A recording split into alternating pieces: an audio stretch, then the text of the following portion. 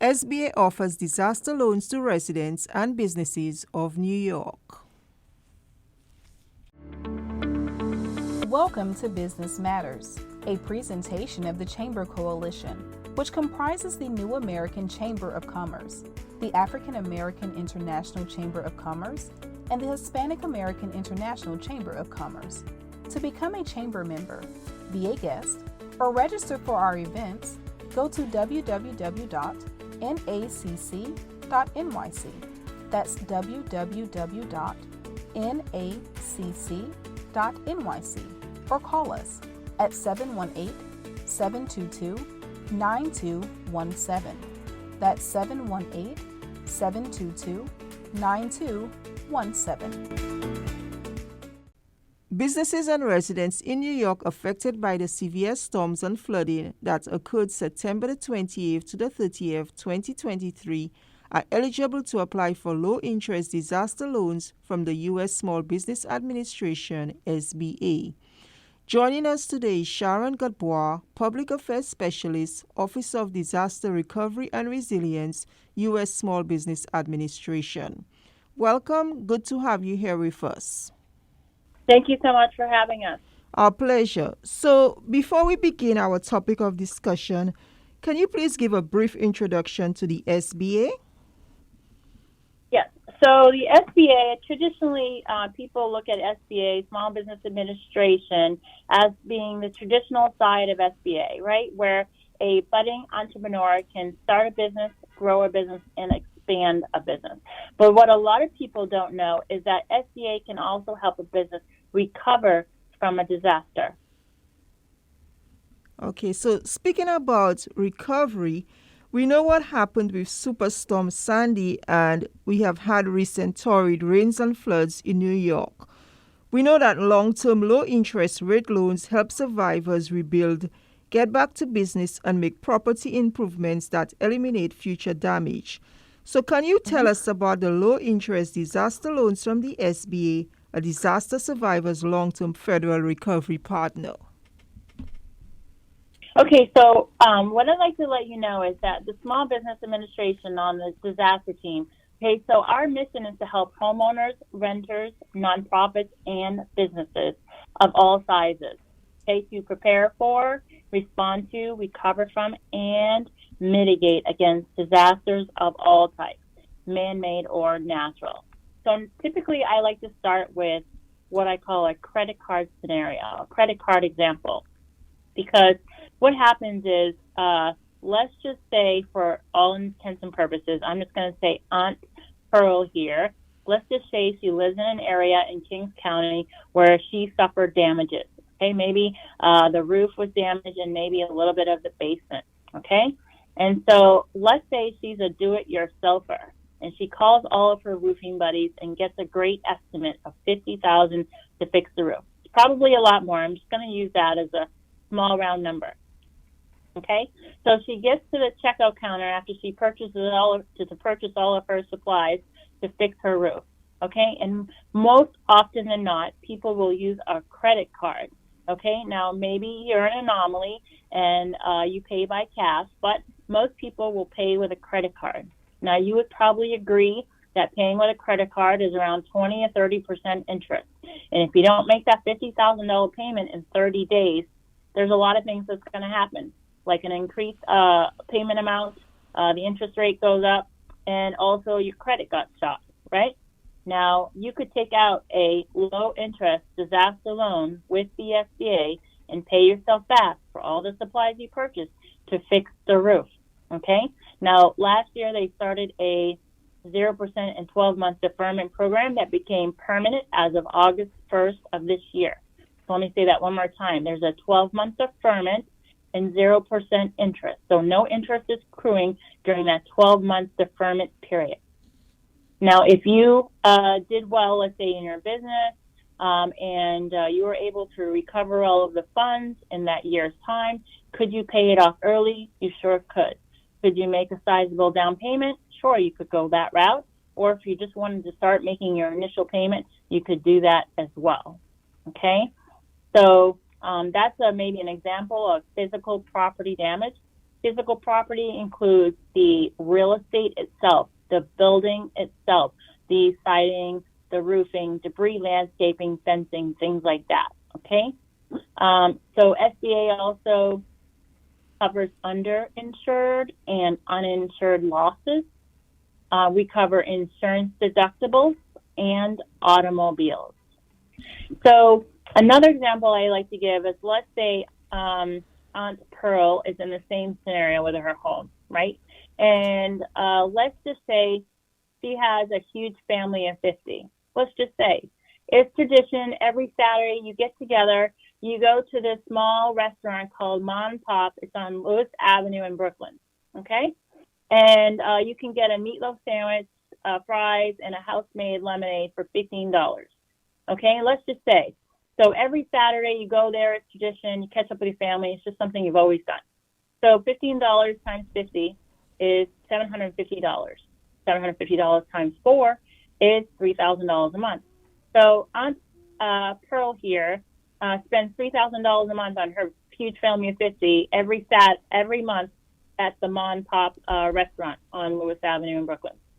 Okay, so, but if her home is damaged, and like in the previous scenario with the roof and all that kind of stuff, remember what I said earlier, like all spending stops, right? It's the same thing it's the same thing like if somebody loses their job, all spending stops, right? They stop circulating money in the economy because they have to reevaluate what's going on and where their money can go out to. So in this particular scenario, so if you stop spending the $3,000 on your family at Mom and Pop restaurants, let's just say, then they now are in deficit, right? So that $3,000 may not be a lot to you or maybe some other people. I mean, it's $3,000 is a lot to me, and probably for that small business, because that money goes towards keeping the lights on. It goes to paying payroll. Maybe a few people's salary. It could go to buying supplies, in which they have for their restaurants so that they can make that and sell that and create revenue, right? So that $3,000 means a lot of money to a small business. Now, if you're not spending that $3,000 there at that small business, now that might be considered pension revenue or economic downturn. But SBA refers to it as economic injury, and now they're eligible for our economic injury disaster loan. Does that make sense? Yes. Okay, perfect. Is there a need to wait to settle insurance claims before applying for those low-interest disaster loans? No, ma'am. So we actually encourage people to apply as early as possible. Now, the deadline, I think we discussed on a previous call, is actually February 2nd. So it's Groundhog Day of next year, okay? So the physical property damage deadline is February 2nd. Okay, and so you have until then to apply. However, in my previous declarations that I've worked, other projects, other disasters I've worked, it's been, insurance sometimes takes 8 or 9 months for the check to come in the mail, sometimes longer. It might be a miracle if you get it before the deadline. So we encourage people to apply as early as possible. Okay, when the insurance check comes in, it's just going to get applied to the loan balance, and you're responsible for the remaining going forward. SBA essentially gives you the money up front to start recovery quick and get your life back on track. Okay, so you mentioned about, encouraging persons to apply, but what sort of documentation is needed with that application form? So actually, SBA started a new system to make it easier to apply. So initially, you might just give some information. You might have to create like a login identity to just, make sure it's yourself. Make sure you have your email address and password with you.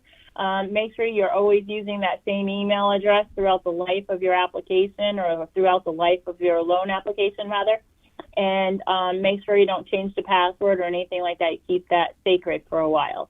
Okay, so that's really important to have that, because that will smooth up the application process. That's really the longest part, is the login identity part, and then the other part of applying for the application or for the disaster loan is it's a pretty quick process, much quicker than it has been in previous times. They've changed the system a little bit, and so but there comes a time where they may ask, and say they, meaning a case manager or a loan officer, maybe they'll review your file and they might ask for some documentation. You will have access to what they call a portal, and you'll be able to upload documents right through there, a portal, dashboard, whatever you want to call it. You'll be able to upload your documents right from there. They may ask for, as a business, they may ask for last year's federal tax returns. Now, if you have last year's federal tax returns, you're just going to go ahead and upload the documents right from your computer into your dashboard or into your portal. And if you don't have last year's tax returns because you asked for an extension for one reason or another, this could slow down, or potentially will slow down, the application process for you, right? So every business, everyone applying is subject to when they can supply documentation that they may or may not ask for. Make sense? Yes, makes sense. So how can one access that portal? So that's not going to come until later, right, after you apply. Okay, so to apply, you can go you can visit a center while we're here in person, okay? And the last day to apply in person is December 22nd, which is this Friday. There are 2 locations in Brooklyn, one at the United Jewish Organization at 32 Penn Street, okay? They close up their office at 12 o'clock on Friday for Shabbat. Then there's one in Southwest Brooklyn in Bath Beach at 2336 86th Street. That's at the Health Essential Association. And then also there's one in Nassau County in Mineola. That's 1 West Street in Mineola, okay? And they have varying hours. Now, I know that you have confirmed receiving press release and fact sheet, so the press release has all the hours and times and everything that you can share with your network, okay? And so another way to apply is online at sba.gov/disaster. Again, that's sba.gov/disaster. Now, if somebody prefers to push a pencil or a pen, they can call our 1-800 number at 1-800-659-2955, and they can request a paper application be mailed. Yeah. So what are the areas covered by the low-interest disaster loans? Okay, great question. So in the New York counties of Kings and Nassau, those are the primary counties, okay? And then in the contiguous counties of New York, it's New York County, Queens County, Richmond, and Suffolk. All right. So thank you so much, Ms. Gadbois, for providing us with this great information for businesses, homeowners, renters, and nonprofits looking to repair, rebuild, or replace, refinance, or relocate after a disaster. Okay, thank you so much. Welcome to Business Matters, a presentation of the Chamber Coalition, which comprises the New American Chamber of Commerce, the African American International Chamber of Commerce, and the Hispanic American International Chamber of Commerce. To become a chamber member, be a guest, or register for our events, go to www.nacc.nyc. That's www.nacc.nyc, or call us at 718-722-9217. That's 718-722-9217.